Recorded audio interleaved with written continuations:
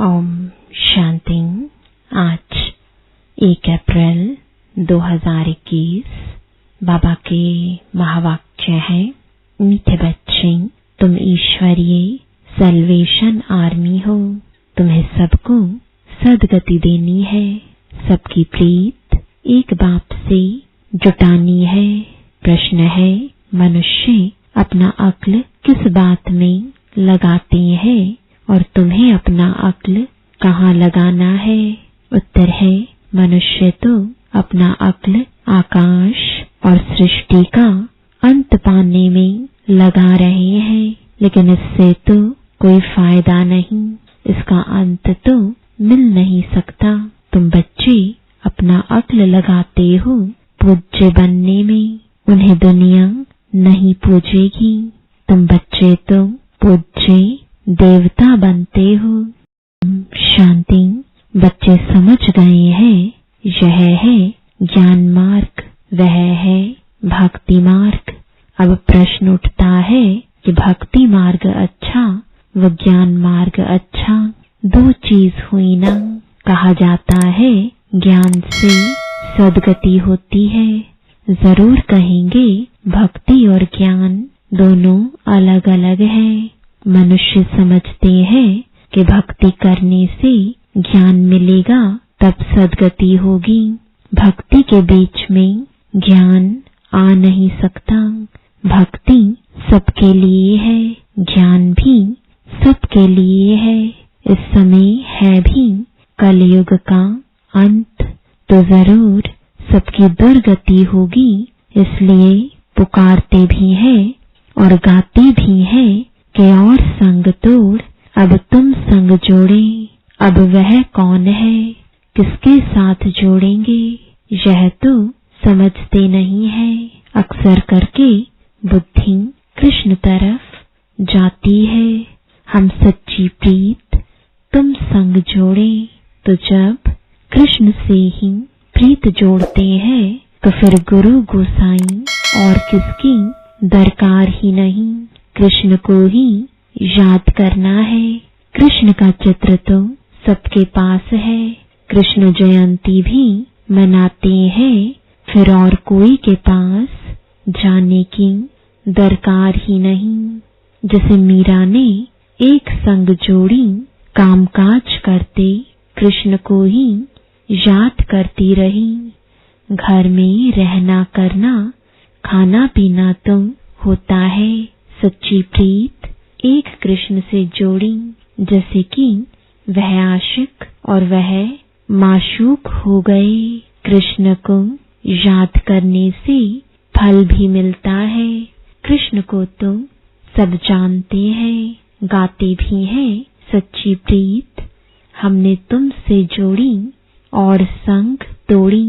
अब ऊंच ते ऊंच सच्चा तो परम पिता ही है। सबको वर्षा देने वाला एक ही बाप है। उसको कोई भी जानते नहीं है। भल कहते हैं परम पिता परमात्मा शिव, परंतु कब आते हैं यह नहीं जानते हैं। शिव जयंती होती है तो जरूर आते होंगे। कब कैसे आते, क्या आकर करते, किसको पता नहीं। कोई भी मनुष्य मात्र नहीं जानते कि सर्व की सदगति करते हैं, परंतु कैसे करते हैं। सदगति का अर्थ क्या है, कुछ भी नहीं समझते। शिव बाबा ने तो जरूर स्वर्ग की बादशाही दी होगी ना।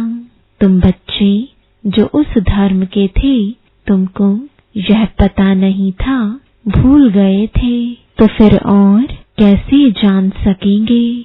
अभी शिव बाबा द्वारा तुमने जाना है और दूसरों को बताते हो। तुम हो ईश्वरीय सल्वेशन आर्मी। सल्वेशन कहो व सदगति की आर्मी कहो। अभी तुम बच्चों पर रिस्पॉन्सिबिलिटी ठहरी। तुम चित्रों पर भी समझा सकते हो।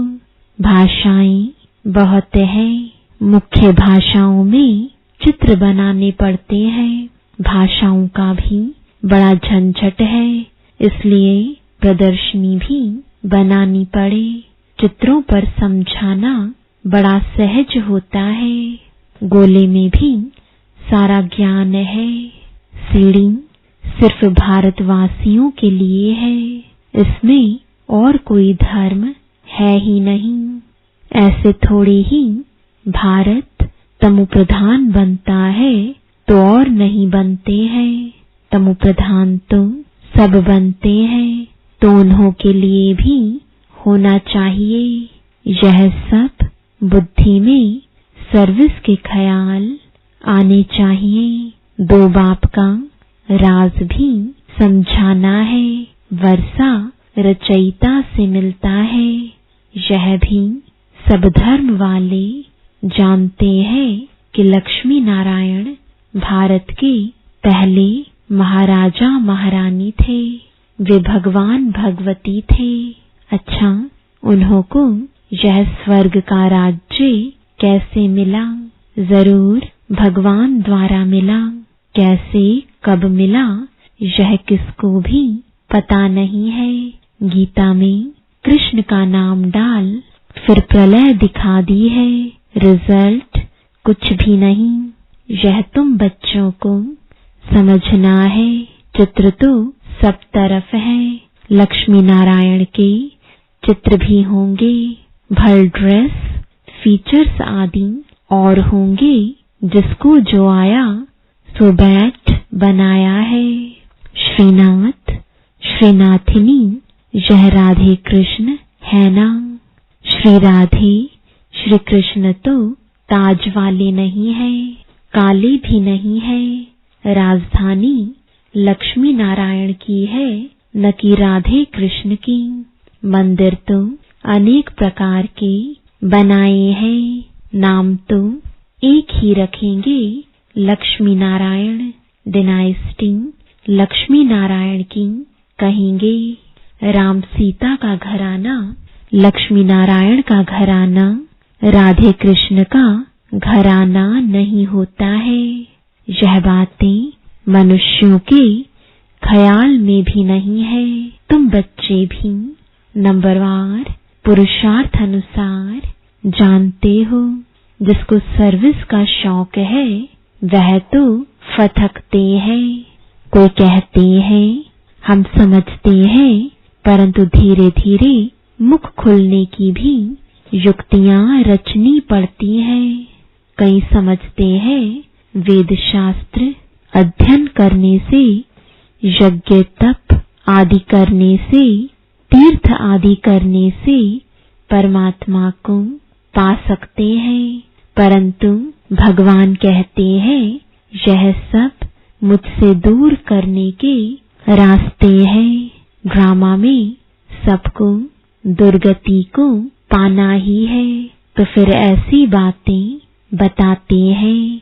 आगे हम भी कहते थे कि भगवान जैसे चोटी है, कोई कहां से भी जाए। तो मनुष्यों ने अनेक प्रकार के रास्ते पकड़े हैं। भक्ति मार्ग के रास्ते पकड़ पकड़ कर जब थक जाते हैं, तब फिर भी भगवान को ही पुकारते हैं कि हे पतित पावन, आप आकर पावन बनने का रास्ता बताओ। आप बगैर पावन हो नहीं सकते हैं। थक गए हैं। भक्ति दिन प्रतिदिन पूरा थकाएगी। अभी तुम मेले आदि पर कितने लाखों जाकर इकट्ठे होते हैं, कितनी गंदगी होती है। अब तो है अंत, दुनिया को बदलना है। वास्तव में दुनिया एक ही है, दो भाग बनाए हैं। तो मनुष्य समझेंगे स्वर्ग नर्क अलग अलग दुनिया है, परंतु यह आधा आधा है। ऊपर में सतयुग, फिर त्रेता, द्वापर, कलयुग। कलयुग में तमो प्रधान बनना ही है। सृष्टि पुरानी होती है, इन बातों को कोई समझते नहीं। मूंझे हुए हैं। कोई कृष्ण को भगवान तो कोई राम को भगवान कह देते हैं। आजकल तो मनुष्य अपने को भगवान कह देते हैं। हम ईश्वर के अवतार हैं। देवताओं से भी मनुष्य तीखे हो गए हैं। देवताओं को फिर भी देवता ही कहेंगे। यह तो फिर मनुष्य को भगवान कह देते। यह है भक्ति मार्ग। देवताएं तो स्वर्ग में रहने वाले थे। अभी कलयुग आयरन एज में फिर मनुष्य भगवान कैसे हो सकते। बाप कहते हैं मैं आता ही हूँ संगम युग पर, जबकि मुझे आकर दुनिया को ट्रांसफर करना है। कलयुग से सतयुग हो, बाकी सब शांति धाम में चले जाएंगे। वह है निराकारी दुनिया, यह है साकारी दुनिया। निराकारी झाड़ भी समझाने लिए बड़ा बनाना पड़े। ब्रह्म महतत्व भी इतना बड़ा है जितना बड़ा आकाश है। दोनों का अंत नहीं पा सकते हैं। भल कोशिश करते हैं एरोप्लेन आदि में जाएंगे, परंतु अंत नहीं पा सकेंगे। समुद्र ही समुद्र, आकाश ही आकाश है, वहां तो कुछ भी है नहीं। भल कोशिश बहुत करते हैं, परंतु इन सब बातों से फायदा क्या। समझते हैं हम अपना अक्ल निकालते हैं। यह है मनुष्य का अक्ल। साइंस का घमंड भी मनुष्यों में है। भल कितना भी कोई अंत पाए, परंतु उनको सारी दुनिया पूजेगी तो नहीं। देवताओं की तो पूजा होती है। तुम बच्चों को बाप कितना ऊंच बनाते हैं, सबको ले जाते हैं शांति धाम। भल यह सब जानते हैं हम मूल वतन से आते हैं, परंतु जिस प्रकार तुम समझते हो वैसे दुनिया नहीं जानती। वह क्या है, कैसे आत्माएं वहां रहती हैं, फिर नंबरवार आती हैं, यह कोई नहीं जानते। ब्रह्म महतत्व में निराकारी झाड़ है, यह नहीं समझते हैं। सतयुग में थोड़े रहते हैं, बाकी सब आत्माएं मूल वतन में रहती हैं। जैसे वह साकारी वतन है, वैसे ही मूल वतन है। वतन कभी खाली नहीं होता, न यह न वह। जब अंत होता है तो ट्रांसफर हो जाते हैं। कुछ तो इस वतन में रहते हैं। सारा वतन खाली हो जाए फिर तो प्रलय हो जाए। प्रलय होती नहीं, अविनाशी खंड है ना। यह सब बातें बुद्धि में रखनी है। सारा दिन यही ख्यालात चलते रहे, हम किसका कल्याण करें। तुम संग प्रीत जुटी तो उनका परिचय देवे ना। वह बाप है, उनसे वर्षा मिलता है। कैसे मिलता है सो हम बता सकते हैं। बताने वालों में भी नंबरवार है। कोई तो बहुत अच्छी रीति भाषण करते हैं, कोई नहीं कर सकते हैं तो सीखना पड़े। हर एक बच्चे को अपना कल्याण करना है। जबकि रास्ता मिला है तो एक दो का कल्याण करना है। दिल होती है औरों को भी बाप से वर्षा दिलाएं। रूहानी खिदमत करें। सब एक दो की सेवा करते हैं। बाप आकर रूहानी सेवा सिखाते हैं और कोई भी रूहानी सेवा नहीं जानते। रूहानी बाप ही रूहों की सेवा करते हैं। जिस्मानी सेवा तो जन्म जन्मांतर बहुत की। अब अंतिम जन्म में रूहानी सेवा करनी है जो बाप ने सिखाई है। कल्याण इसमें है और कोई में फायदा नहीं। गृहस्थ व्यवहार में भी रहना है, तोड़ निभाना है। उनको भी यही समझाकर कल्याण करना है। प्रीत होगी तो कुछ सुनेंगे। कई तो डरते हैं कि पता नहीं हमको भी सन्यास न करना पड़े। आजकल तो सन्यासी बहुत है ना। कफनी पहन 2 अक्षर सुनाया, खाना तो मिल ही जाता है कहाँ न कहाँ से। कोई दुकान पर जाएगा 2 पूरी दे देंगे, फिर दूसरे पास जाएंगे, पेट पूजा हो जाती है। भीख मांगने वाले भी अनेक प्रकार के होते हैं। इस बाप से तो एक ही प्रकार का वर्षा मिलता है, बेहद की बादशाही मिलती है। सदा निरोगी बनते हैं, साहूकार मुश्किल उठते हैं। गरीबों का भी कल्याण करना चाहिए। बाबा प्रदर्शनियां बहुत बनवा रहे हैं, क्योंकि गावड़े बहुत है ना। मिनिस्टर आदि समझेंगे कि यह नॉलेज अच्छी है तो सब सुनने लग पड़ेंगे। हाँ, आगे चलकर तुम्हारा नाम बाला होगा। फिर बहुत आएंगे। कट निकालने में टाइम लगता है। रात दिन कोई लग जाए तो शायद निकल पड़े। आत्मा प्योर हो जाएगी तो फिर यह शरीर भी छोड़ेगी। यह सब समझने की बातें हैं। प्रदर्शनी में भी समझाना है। मुख्य है सारी भारत की बात। भारत का राइज हो जाता है तो सबका राइज हो जाता है। प्रोजेक्टर से भी प्रदर्शनी में जास्ती सर्विस हो सकती है।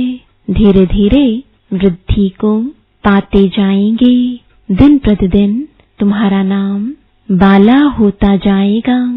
यह भी लिखना चाहिए कि 5000 वर्ष पहले भी ऐसे हुआ था।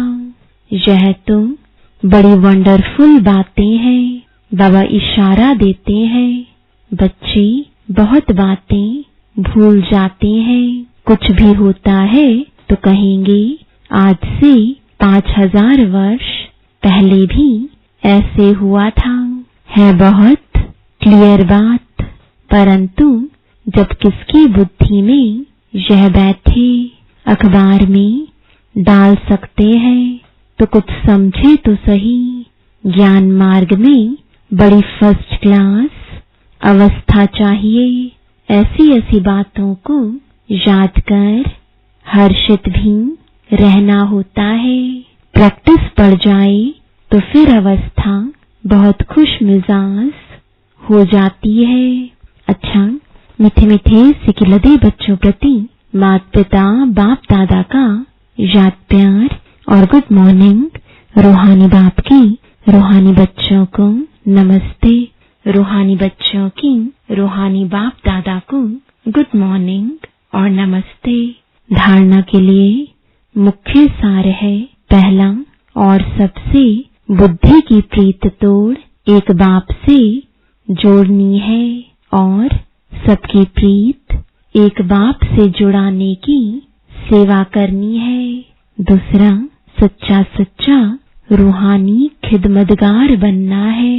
अपना भी कल्याण करना है और दूसरों को भी रास्ता बताना है।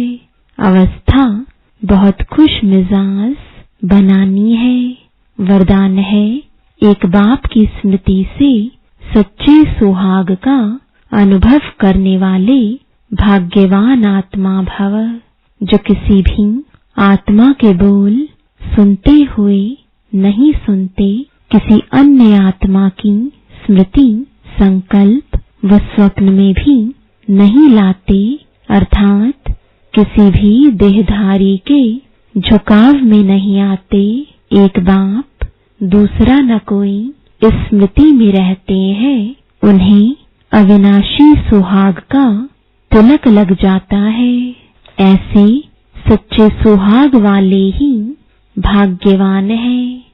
स्लोगन है, अपनी श्रेष्ठ स्थिति बनानी है तो अंतर्मुखी बन, फिर बाह्य मुक्ता में आओ।